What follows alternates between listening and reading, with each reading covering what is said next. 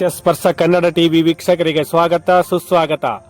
Pandavapura BJP town ಘಟಕ, ಪುರಸಭೆ ಕಾರ್ಯಾಲಯ ಹಾಗೂ ವಲಯ ಅರಣ್ಯಾಧಿಕಾರಿಗಳ ಕಚೇರಿ ಸಂಯುಕ್ತ ಆಶ್ರಯದಲ್ಲಿ ವಿಶ್ವ ಪರಿಸರ ದಿನಾಚರಣೆಯನ್ನು ಆಚರಿಸಲಾಯಿತು. ಬಿಜೆಪಿ ಟೌನ್ ಘಟಕದ ಅಧ್ಯಕ್ಷ ಎನ್ ಸೋಮಶೇಖರ್ ನೇತೃತ್ವದಲ್ಲಿ ನಡೆದ ಕಾರ್ಯಕ್ರಮದಲ್ಲಿ ಪಾಂಡವಪುರ ಪಟ್ಟಣದ ಶಾಂತಿನಗರದ ರುದ್ರಭೂಮಿಯಲ್ಲಿ ಗಿಡಗಳನ್ನು ನೆಡುವ ಮೂಲಕ ಪರಿಸರ ದಿನವನ್ನು ಆಚರಣೆ ಮಾಡಲಾಯಿತು. ಪುರಸಭೆಯ ಮುಖ್ಯಾಧಿಕಾರಿ ಸತೀಶ್ ಕುಮಾರ್ ಮಾತನಾಡಿ, ಪರಿಸರ ದಿನದ ಪ್ರಯುಕ್ತ ಪುರಸಭೆಯಿಂದ ಪಟ್ಟಣ ವ್ಯಾಪ್ತಿಯಲ್ಲಿ ಖಾಲಿ ಇರುವ ಜಾಗದಲ್ಲಿ 100 ಗಿಡಗಳನ್ನು ನೆಡುವ ಯೋಜನೆ ಹಾಕಿಕೊಳ್ಳಲಾಗಿದೆ. ಆ ಗಿಡಗಳ ಸಂರಕ್ಷಣೆ ಜವಾಬ್ದಾರಿಯನ್ನು ಸ್ಥಳೀಯ ಸಾರ್ವಜನಿಕರಿಗೆ ನೀಡಲಾಗುತ್ತದೆ ಎಂದರು. ಇದರ ಜೊತೆಗೆ ಪ್ಲಾಸ್ಟಿಕ್ ನಿಯಂತ್ರಣಕ್ಕೂ ಮುಂದಾಗಿದ್ದು, ಪ್ರತಿನಿತ್ಯ ಉತ್ಪತ್ತಿಯಾಗುವ ತ್ಯಾಜ್ಯವನ್ನು ಹಸಿ ತ್ಯಾಜ್ಯ, ಒಣ ತ್ಯಾಜ್ಯ, ಸ್ಯಾನಿಟರಿ ತ್ಯಾಜ್ಯ ಹಾಗೂ ವಿಶೇಷ ತ್ಯಾಜ್ಯ ಎಂದು ಪ್ರತ್ಯೇಕಿಸಿ ಪುರಸಭೆಯ ವಾಹನಕ್ಕೆ ಸಾರ್ವಜನಿಕರು ಪ್ರತಿನಿತ್ಯ ಕಡ್ಡಾಯವಾಗಿ ನೀಡಬೇಕು ಎಂದು ಕಟ್ಟುನಿಟ್ಟಾಗಿ ಸೂಚಿಸಲಾಗಿದೆ. ಹಸಿ ತ್ಯಾಜ್ಯ ಅಡುಗೆ ಮನೆಯ ತ್ಯಾಜ್ಯ, ತರಕಾರಿ, ಮಾಂಸದ ತ್ಯಾಜ್ಯ, ಹಣ್ಣು, ಹೂವು ಇತ್ಯಾದಿ ಕೊಳೆಯುವ ವಸ್ತುಗಳು. ಒಣ ತ್ಯಾಜ್ಯ ಪ್ಲಾಸ್ಟಿಕ್, ಬಟ್ಟೆ, ಕಬ್ಬಿಣ, ರಬ್ಬರ್ ಮತ್ತು ಮರದ ವಸ್ತುಗಳು. ಸ್ಯಾನಿಟರಿ ತ್ಯಾಜ್ಯ ಡೈಪರ್ಸ್, ಸ್ಯಾನಿಟರಿ ನ್ಯಾಪ್ಕಿನ್ ಇತ್ಯಾದಿ. ವಿಶೇಷ ತ್ಯಾಜ್ಯ ಪೇಂಟ್ ಡಬ್ಬಗಳು, ಔಷಧ ಬಾಟಲಿಗಳು, ವೇಸ್ಟ್, ಬಲ್ಬ್, ಹಳೆಯ ಬ್ಯಾಟರಿಗಳು ಹಾಗೂ ಬಳಸಿದ ಸೂಜಿ, ಸಿರಿಂಜ್, ಬ್ಯಾಂಡೇಜ್ ಇತ್ಯಾದಿ. ಈ ರೀತಿಯಾಗಿ 4 ರೀತಿಯಲ್ಲಿ ಕಸವನ್ನು ವಿಂಗಡಿಸಿ ನೀಡಬೇಕಿದೆ. ಸಾರ್ವಜನಿಕರು ಕಸವನ್ನು ಮೂಲದಲ್ಲೇ ವಿಂಗಡಿಸಿ ನೀಡದಿದ್ದರೆ ಕೇವಲ ದಂಡ ವಿಧಿಸುವುದಷ್ಟೇ ಅಲ್ಲದೆ ಅವರಿಗೆ ಪುರಸಭೆ ವತಿಯಿಂದ ನೀಡಲಾಗುತ್ತಿರುವ ಮೂಲ ಸೌಕರ್ಯಗಳಾದ ಕುಡಿಯುವ ನೀರು ಮತ್ತು ವಿದ್ಯುತ್ ಸಂಪರ್ಕ ಕಡಿತಗೊಳಿಸಲು ಸೂಕ್ತ ಕ್ರಮ ಕೈಗೊಳ್ಳಲಾಗುವುದು ಎಂದು ಎಚ್ಚರಿಕೆ ನೀಡಿದರು. ವಲಯ ಅರಣ್ಯಾಧಿಕಾರಿ ಡಿಎಂ ವಿನೋದ್ ಕುಮಾರ್ ಮಾತನಾಡಿ, ಜಾಗತಿಕ ತಾಪಮಾನ ಹೆಚ್ಚಾಗಿ ಪರಿಸರದಲ್ಲಿ ಏರುಪೇರಾಗಿದೆ. ಪ್ರತಿಯೊಬ್ಬರೂ ಒಂದೊಂದಾಗಿ ಗಿಡ ನೆಡುವ ಮೂಲಕ ಪರಿಸರ ಕಾಳಜಿ ತೋರಿಸುವ ಜೊತೆಗೆ ಮುಂದಿನ ಯುವ ಪೀಳಿಗೆಗೆ ಪರಿಸರ ಕಾಪಾಡಬೇಕಾದ ಅನಿವಾರ್ಯತೆ ಇದೆ.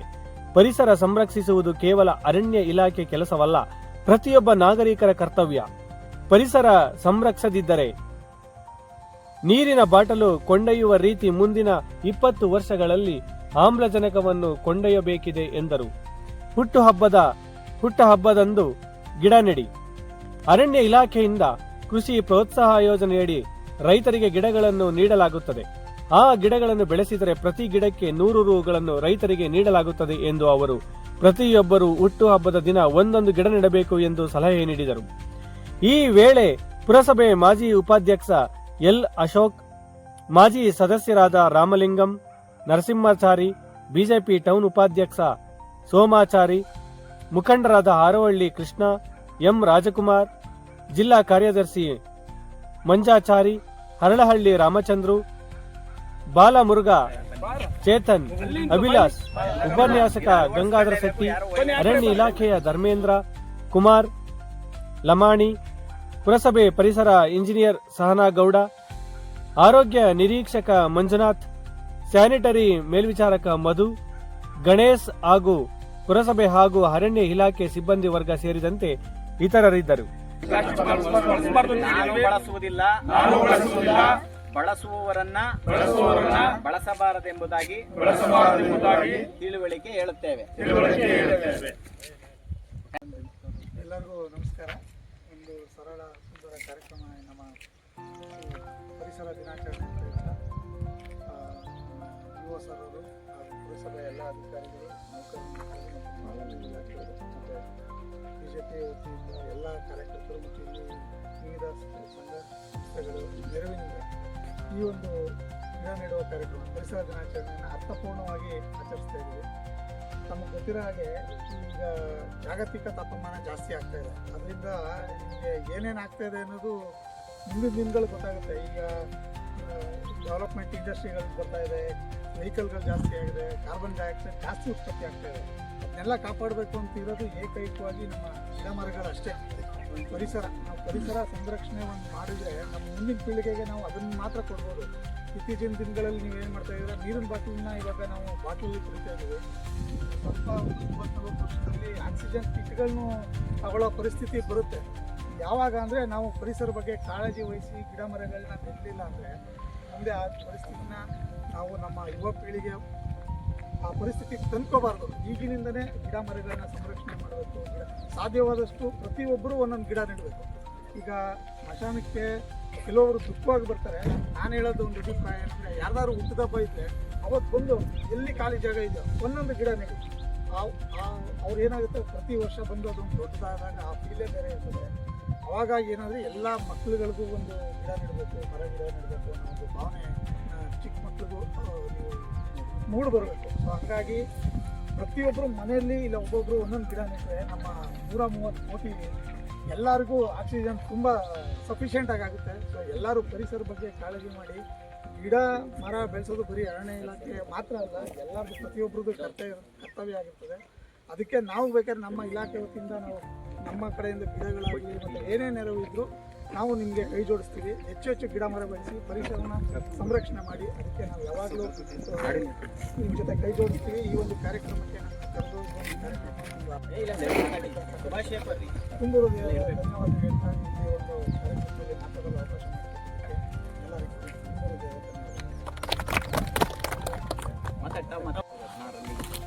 ಗಣತಿ 2026ಕ್ಕೆ ಅದಕ್ಕೆ ಒಂದು ಕೆಲವೊಂದು ವಿಶೇಷ ಅಳವಡಿಕೆಗಳನ್ನು ಮಾಡಿ ನಾವು 2 ರೀತಿ ಕಸವನ್ನು ಕೊಡ್ತಾ ಇದ್ದೀವಿ.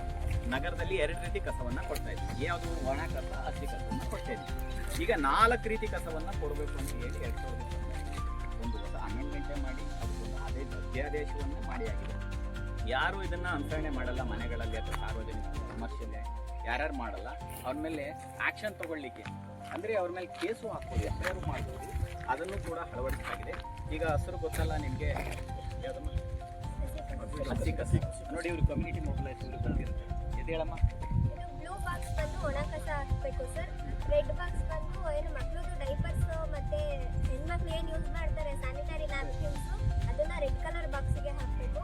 ಬ್ಲ್ಯಾಕ್ ಕಲರ್ ಬಂದು ಎಲೆಕ್ಟ್ರಾನಿಕ್ ವೇಸ್ಟು, ಬಲ್ಬು ಮತ್ತು ಕಿತ್ತೋಗಿರೋ ವಯರ್ಗಳು, ಏನು ಎಲೆಕ್ಟ್ರಾನಿಕ್ ವೇಸ್ಟ್ ಏನೇನಿದೆ ಅದೆಲ್ಲ ಬ್ಲ್ಯಾಕ್ ಕಲರ್ ಬಾಕ್ಸಿಗೆ ಸರ್. ರಾಸಾಯನಿಕ ಅಂದರೆ ನೇಲ್ ಪಾಲಿಶ್ ಆಗಿರ್ಬೋದು ಮತ್ತು ಪೇಂಟ್ಗಳನ್ನ ಆಗಿರ್ಬೋದು, ಅದನ್ನ ಒಂದು ಬ್ಲ್ಯಾಕ್ ಬಾಕ್ಸಿಗೆ ಈಗ ಪ್ರತ್ಯೇಕವಾಗಿ ಮಾಡಿ ಕೊಡಬೇಕು. ಇದನ್ನ ಯಾಕೆಂದ್ರೆ ನಮ್ಮ ಮುನ್ಸಿಪಾಲಿಟಿನಲ್ಲೇ ತೊಗೊಂಡು ಹೋಗ್ತೀವಿ. ನೀವೆಲ್ಲ ಅದರಲ್ಲಿ ಎಸಿಬಾರ್ದು. ಅದೇ ಅವ್ರು ಹೇಳ್ದಂಗೆ ಈಗೇನು ಪರಿಸರವನ್ನು ಯಾಕೆ ಮುಂದಿನ ಪೀಳಿಗೆಗೆ ನಾವು ಉಳಿಸ್ಕೊಂಡು ಹೋಗ್ಬೇಕು, ಅದೇ ರೀತಿಯಲ್ಲೂ ಕೂಡ ನಾವು ಎಲ್ಲ ರೀತಿಯಲ್ಲೂ ನಾವು ಉಳಿಸ್ಕೊಂಡು ಹೋಗ್ಬೇಕು. ಅಂದರೆ ಇದು ಏನಾಗ್ತದೆ, ನಾವು ಸಪ್ರೇಟ್ ಮಾಡಿ ಪ್ರತ್ಯೇಕವಾಗಿ ಕೊಡಲಿಲ್ಲ ಅಂದರೆ ನಮ್ಮ ಮಳೆ ಬಂದಾಗಲೂ ಅಥವಾ ಎಲ್ಲೂ ನದಿನಲ್ಲೂ ಕೆರೆಗಿನಲ್ಲೂ ಮತ್ತು ನದಿ ನೀರಿನ ಮೂಲನ್ನೇ ಸೇರಿಸ್ಬೇಕು. ನಾವು ಅದನ್ನೇ ಕುಡಿತೀವಿ. ಅದು ಆಗಬಾರ್ದು ಅಂತ ಹೇಳಿ ಭಾರತ ಸರ್ಕಾರ ಒಂದು ಕಟ್ಟುನಿಟ್ಟಿನ ಆದೇಶ. ನಾವು ದಯಮಾಡಿ ಎಲ್ಲರೂ ಕೂಡ ಮನೇಲಿ ಹೋಗಿ ಹೇಳಿ, ಇವಾಗ ಹಿಂದೆ ಏನು 2 ಭಾಗ ಕೊಡ್ತಿದ್ರಿ ಅದನ್ನ 4 ಭಾಗ ಮಾಡಿ ಈ ಥರ ವಿಂಗಡಣೆ ಮಾಡಿ ಕೊಡಬೇಕು ಗಾಡಿಗಳಿಗೆ ತಾವು ತಿಳಿಸ್ಬೇಕು ಅಂತ ಹೇಳಿ ಈ ಒಂದು ಪ್ರಕಟಣೆಗೆ ತಾವೆಲ್ಲ ದಯಮಾಡಿ ಇದನ್ನು ಅಳವಡಿಸ್ಕೊಳ್ಳಿ. ದಯಮಾಡಿ ನಾನು ಅದಕ್ಕೆ ಹೇಳಿದ್ದು, ಇಲಾಖಾ ವತಿಯಿಂದ ಏನೇ ಕಾರ್ಯಕ್ರಮ ಮಾಡಿ ಸಾರ್ವಜನಿಕರು ಅಳವಡಿಸ್ಕೊಳ್ಳಿ. ಯಾವುದು ಕೂಡ ಯಶಸ್ವಿ ಆಗಲ್ಲ. ನಾವೆಷ್ಟೇ ಸರ್ಕಾರ ಎಷ್ಟೇ ಕೋಟಿ ಖರ್ಚು ಮಾಡಿದ್ರೆ ಪ್ಲಾಸ್ಟಿಕ್ ನಾವೇನು ಮಾಡ್ತೀವಿ, ಪುರಸಭೆಯಲ್ಲಿ ಹೋಗ್ತೀವಿ, ಅಂಗಡಿ ಅಥವಾ ಸಿಕ್ಕೊಟ್ಟು ಫ್ಯಾಕ್ಟ್ರಿಗಳು ಮುಚ್ಚಿ ಅಂತಾರೆ. ಫ್ಯಾಕ್ಟ್ರಿಗಳು ಮುಚ್ಚಲ್ಲ, ನಾವು ಬಳಸಿಲ್ಲ ಅಂದ್ರೆ ಫ್ಯಾಕ್ಟ್ರಿಗಳು ಅಂತ ಏನು ಮಾಡ್ತಾರೆ. ಹೌದು ಮಾಡಿ, ಅದನ್ನು ಮಾಡಿ. ಇಲ್ಲ ದಯವಿಟ್ಟು ಎಲ್ಲ ಮಾಡಬೇಕು. ಈಗ ಏನಾದ್ರು ಮಾಡಿದೆ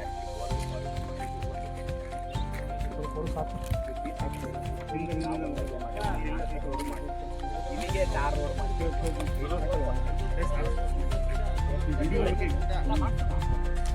ಯಾರಿಗಾದ್ರೂ ಯಾರಿರ್ತಾರೆ ಅವರಿಗೆ ಜವಾಬ್ದಾರಿ ಕೊಟ್ಟು ಗಿಡಕ್ಕೆ ಹಾಕಂಥದ್ದು ಮತ್ತೆ ಬಂದವರಿಗೆ ಯಾವಾಗ ಯಾರಿಗೆ ಬರ್ತಾರೆ ಅವಾಗ ನಾವೆಲ್ಲ ಉಪಾಧ್ಯಕ್ಷ ನಾವೆಲ್ಲ ಒಂದು ಐಡಿಯಾ ಮಾಡಿದ್ದೀವಿ, ಒಂದು ವ್ಯವಸ್ಥೆ ಮಾಡಿದ್ದೀವಿ. ಬಟ್ ಅದು ಯಾರು ಅದನ್ನೇ ಹೇಳ್ತಿಲ್ಲ. ಇಲ್ಲ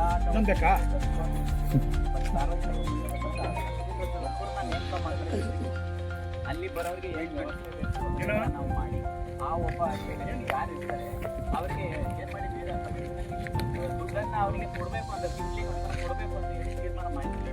ಅದು ಇಂಪ್ಲಿಮೆಂಟ್ ಆಗ್ಲಿಕ್ಕೆ ಮಾಡಲಿಲ್ಲ. ನಾನು ಬಂದು ಹೊಸದಲ್ಲಿ ಮತ್ತೆ ತೀರ್ಮಾನ ಮಾಡಿದ್ವಿ. ಅದು ಕಾರ್ಯಗತವನ್ನು ಮಾಡಲ್ಲ.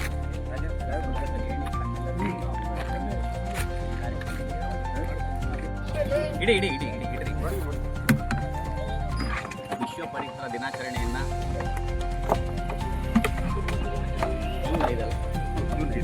5ನೇ ತಾರೀಕು ಆಚರಣೆ ಮಾಡ್ತೀವಿ. ಅದರ ಅಂಗವಾಗಿ ಈ ದಿನ ನಮ್ಮ ನಗರ BJP ವತಿಯಿಂದ ಗಿಡ ನೆಡುವ ಕಾರ್ಯಕ್ರಮವನ್ನು ಪುರಸಭೆ, ಅರಣ್ಯ ಇಲಾಖೆ ಮತ್ತು ಸಾರ್ವಜನಿಕರು ಮತ್ತು ಸಂಘಟನೆಗಳು ಮುಖಂಡರು ಎಲ್ಲರೂ ಸೇರಿಕೊಂಡು ನಮ್ಮ ಈ ಚಂದ್ರೆ ರೋಡ್ನಲ್ಲಿ ಬರ್ತಕ್ಕಂಥ ಪುರಸಭಾ ರುದ್ರಭೂಮಿನಲ್ಲಿ ಹಮ್ಮಿಕೊಂಡಿದ್ದೀವಿ. ಇಲ್ಲಿ ವಿಶೇಷ ಏನಂದರೆ, ಈ ರುದ್ರಭೂಮಿನಲ್ಲೇ ಗಿಡ ನೆಡಬೇಕು ಅಂತ ಯಾಕೆ ಅಂದ್ಕೊಂಡ್ರು ಅಂದರೆ, ಯಾವಾಗಲೂ ಇಲ್ಲಿ ಒಂದು ಕ್ರಿಮಿಶನಿ ಬಂದಾಗ ಇಲ್ಲಿ ಬಿಸಿಲಲ್ಲಿ ಬಂದಿರ್ತಾರೆ, ನೆರಳಿರೋದಿಲ್ಲ ಕೂತ್ಕೊಳ್ಳಿಕ್ಕೆ.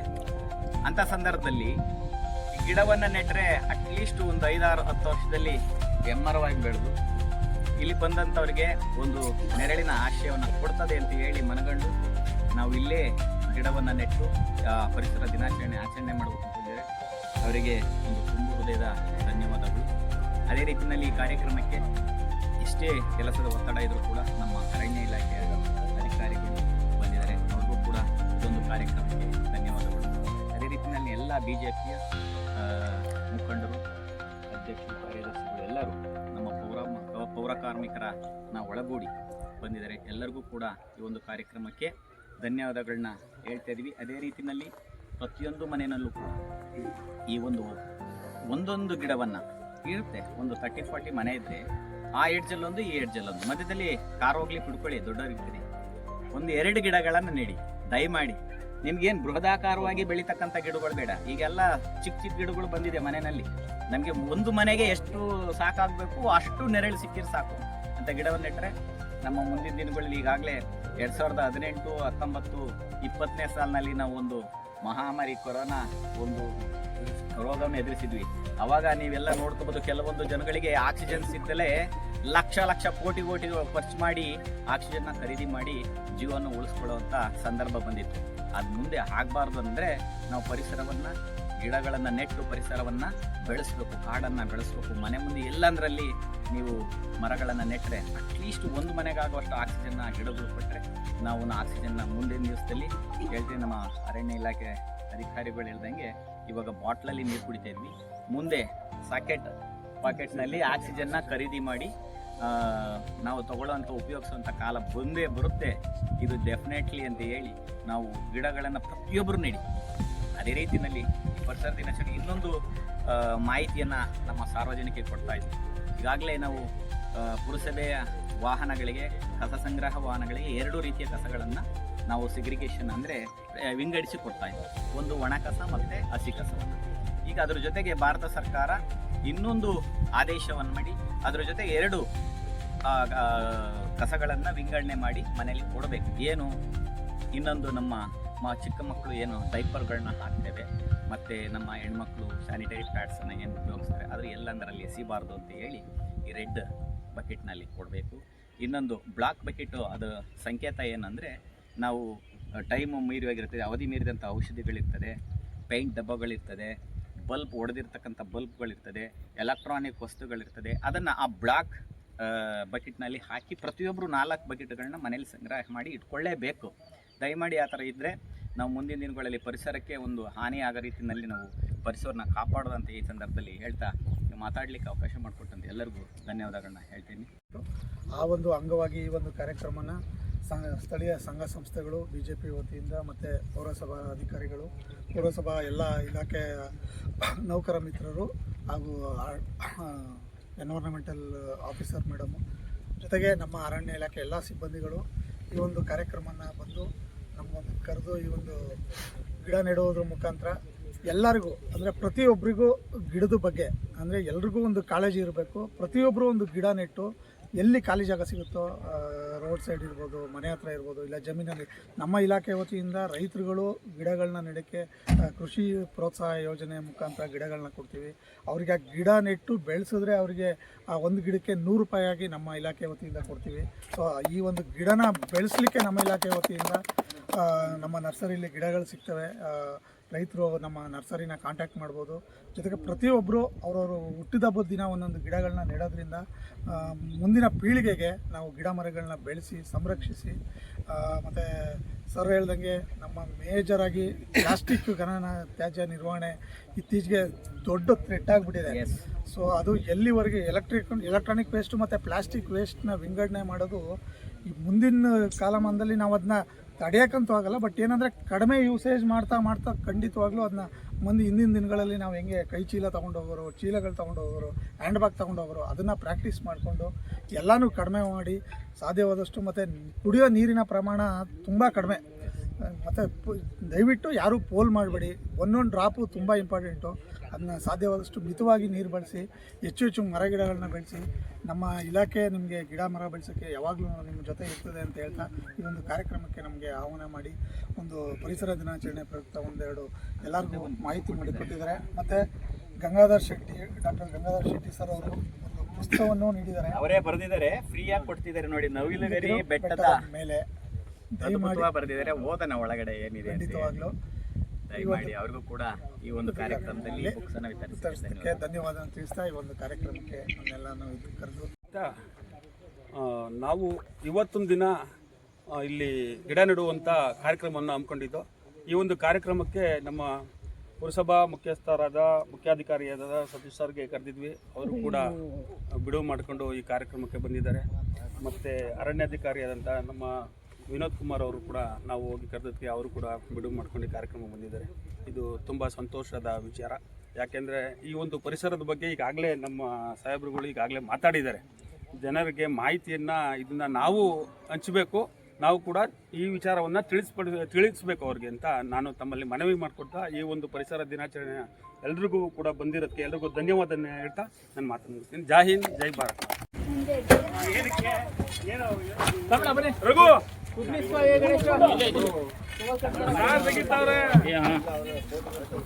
ಅದು ಒಳಗೆ ಹೋಗಲ್ಲ ಬಿಡ್ರಿ, ಅದು ಒಳಗೆ ಹೋಗಲ್ಲ ಬಿಡ್ರಿ. ಸ್ವಲ್ಪ ಬೇಡ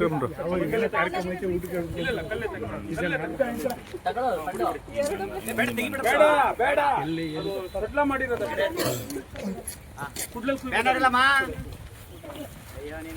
ಬ್ಯಾನರ್ ಅಟ್ಟಾಗುತ್ತೆ. ಆಮೇಲೆ ಹಿಂದೆ ಇಟ್ಕೋಬೇಕು ಬ್ಯಾನರ್. ಅಣ್ಣ ಹಿಂದಕ್ಕೆ ಇಟ್ಕೊಳ್ಳಿ ಬ್ಯಾನರ್. ಸೈಡ್ ಇಟ್ಕೊಳ್ಳಿ ಹೋಗ್ಲಿ. ಸೈಡ್ ಈ ಕಡೆ ಒಂದು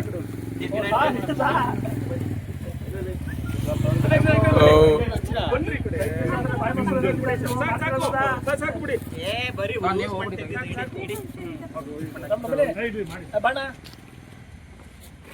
ಸೋಮಣ್ಣ ಇಲ್ಲೇ ಅವ್ರೆ ಒಂದ್ ರೌಂಡ್ ನೀರು ಹಾಕಿ ಬೇಡ ಬೇಡ ಹಾಕಿ ಕೈಲಿ ಹಾಕ್ಬೇಕು. ನೀರು ಹಾಕಿ ಸ್ವಲ್ಪ ಬನ್ನಿ ಬನ್ನಿ ಸರ್. ಒಳಗಡೆ ಈ ಕಡೆ ಬಡಿ ಹಾಕಪ್ಪ. ಕೆಳಗಡೆ ಬಗ್ಗೆ ಹಾಕಿ. ಇನ್ನೊಂದು ಸ್ವಲ್ಪ ತಮ್ಮನೆ ಬಕೆಟ್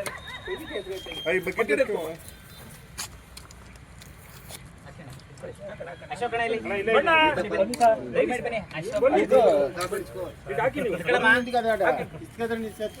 ಬನ್ನಿ.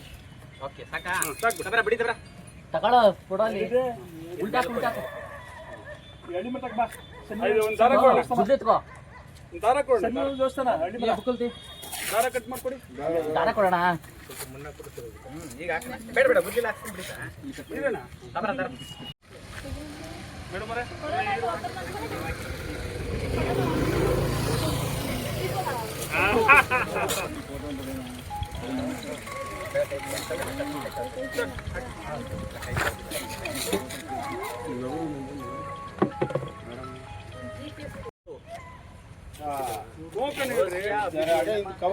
ಗಣಪತಿ ಬನ್ನಿ ಬನ್ನಿ. ಪರಿಸರ ದಿನಾಚರಣೆ ಅಂಗವಾಗಿ ನಗರದ ಎಲ್ಲ ಖಾಲಿ ಜಾಗಗಳಲ್ಲಿ ಗಿಡಗಳನ್ನು ನೆಡುವ ಕಾರ್ಯಕ್ರಮ ಪ್ರತಿ ವರ್ಷ ಕೂಡ ಮಾಡ್ತಾ ಬಂದಿದೆ. ಅದೇ ರೀತಿಯಲ್ಲಿ 2026-27ನೇ ಸಾಲಿನಲ್ಲೂ ಕೂಡ 100 ಗಿಡಗಳನ್ನು ನೆಡುವಂಥ ಕಾರ್ಯಕ್ರಮವನ್ನು ಕಚೇರಿ ವತಿಯಿಂದ ಹಮ್ಮಿಕೊಂಡಿದ್ದೀವಿ. ಅದರ ಜೊತೆಯಲ್ಲಿ ನಾವೀಗಾಗಲೇ ಎಲ್ಲ ಕಡೆ ನೆಟ್ಟಿದ್ವಿ. ಅದನ್ನೆಲ್ಲ ಪೋಷಣೆ ಮಾಡತಕ್ಕಂಥ ಜವಾಬ್ದಾರಿಯನ್ನು ಆ ಭಾಗದ ಸಾರ್ವಜನಿಕರು ವಹಿಸ್ತಾ ಇದ್ವಿ. ಕುಂಠಿತಗೊಂಡಿದೆ. ಅದರಿಂದ ದಯಮಾಡಿ ನಾವು ಆ ಪ್ಲೇಟ್ನಲ್ಲಿ ಬರೆಸಿ ಆ ಗಿಡಕ್ಕೆ ಅಂಟಿಸ್ತೀವಿ. ಅವರ ಆ ಗಿಡವನ್ನು ದೊಡ್ಡದಾಗೋ ಮಟ್ಟನವರೆಗೂ ಕೂಡ ಅವರೇ ನೋಡ್ಕೋಬೇಕು, ಪೋಷಣೆ ಮಾಡಿ. ಆಯ್ತಲ್ಲ, ಆ ಒಂದು ಸಂಕಲ್ಪವನ್ನು ಮಾಡಿದ್ದೀವಿ. ಅದೇ ರೀತಿಯಲ್ಲಿ ಕೂಡ ನಾವೀಗಾಗಲೇ ಸರ್ಕಾರದ ಆದೇಶ ಏನಿದೆ ಅದೇ ರೀತಿಯಲ್ಲಿ 4 ವಿಧದ ಕಸಗಳನ್ನು ವಿಂಗಡಣೆ ಮಾಡಬೇಕು ಅಂತ ಹೇಳಿ ಸಾರ್ವಜನಿಕ ಮಾಹಿತಿಯನ್ನು ಕೊಡ್ತಾ ಇದ್ದೀವಿ. ಮೊದಲು ಏನು ಮಾಡ್ತಾಯಿದ್ವಿ, 2 ರೀತಿಯಲ್ಲಿ ಕಸಗಳನ್ನು ವಿಂಗಡಣೆ ಮಾಡಿಕೊಡ್ತೀವಿ, ಹಸಿ ಕಸ ಮತ್ತು ಒಣ ಕಸವನ್ನು. ಈ ಮಕ್ಕಳಿಗೆ ಆಗ್ತಕ್ಕಂಥ ಡೈಪರ್ ಇರ್ಬೋದು, ಹೆಣ್ಮಕ್ಳು ಉಪಯೋಗಿಸ್ತಕ್ಕಂಥ ಸ್ಯಾನಿಟರಿ ಪ್ಯಾಡ್ಸ್ ಅದನ್ನು ನಮ್ಮ ರೆಡ್ ಬಕೆಟ್ನಲ್ಲಿ ಹಾಕಲೇಬೇಕು. ಅದೇ ರೀತಿಯಲ್ಲಿ ಅವಧಿ ಮೀರಿದಂಥ ಔಷಧಿಗಳಿರ್ಬೋದು, ಒಡೆದಿರ್ತಕ್ಕಂಥ ಬಲ್ಬ್ಗಳಿರ್ಬೋದು, ಆಮೇಲೆ ಎಲೆಕ್ಟ್ರಾನಿಕ್ ವೇಸ್ಟ್ ಇರ್ಬೋದು, ಪೇಂಟ್ಗಳಿರ್ಬೋದು, ಅವು ಎಲ್ಲ ರೀತಿಯಿಂದ ಇದನ್ನು ಲೇಖ ಮಾಡಿ ಕೊಡಬೇಕು. ಅದರಿಂದ ಮುಂದಿನ ದಿನಗಳಲ್ಲಿ ನಾವೆಲ್ಲಂದರಲ್ಲಿ ಅಷ್ಟೇ ಈಗ ಚರಂಡಿಗೆ ಮಳೆ ಬಂದಂಥ ರೀತಿಯಲ್ಲಿ ಹರಿದು ಹೋಗ್ತದೆ, ಅದು ನದಿ ಸೇರ್ಕೊಳ್ತದೆ ಅಥವಾ ನೀರಿನ ಮೂಲವನ್ನು ಸೇರ್ಕೊಳ್ತದೆ, ಭೂಮಿಯನ್ನು ಸೇರ್ಕೊಳ್ತದೆ. ಅದಕ್ಕೆ ಪರಿಸರ ಹಾನಿಯಾಗೋ ಸಂದರ್ಭ ಇರೋದ್ರಿಂದ ನಾವೆಲ್ಲರೂ ಕೂಡ ಎಚ್ಚೆತ್ತುಕೊಂಡು ಮುಂದಿನ ಪೀಳಿಗೆಗೆ ಒಂದು ಗಿಡ ನೆಡಬೇಕು ಪ್ರತಿಯೊಬ್ಬರೂ ಕೂಡ. ಮತ್ತು ಕಸವನ್ನು ಏನು ವಿಂಗಡಣೆ ಮಾಡಿ 4 ರೀತಿಯಲ್ಲಿ ನಮ್ಮ ಪುರಸಭಾ ಗಾಡಿಗಳಿಗೆ ಕೊಡಬೇಕಂತ ಹೇಳಿ ಈ ಸಂದರ್ಭದಲ್ಲಿ ಎಲ್ಲರೂ ಕೂಡ ವಿನಂತಿ ಮಾಡ್ಕೊಳ್ತಾ ಈ ಕಾರ್ಯಕ್ರಮಕ್ಕೆ ಬಂದಂಥ ಭಾಗವಹಿಸಿದಂಥ ಎಲ್ಲರಿಗೂ ಕೂಡ ಧನ್ಯವಾದ.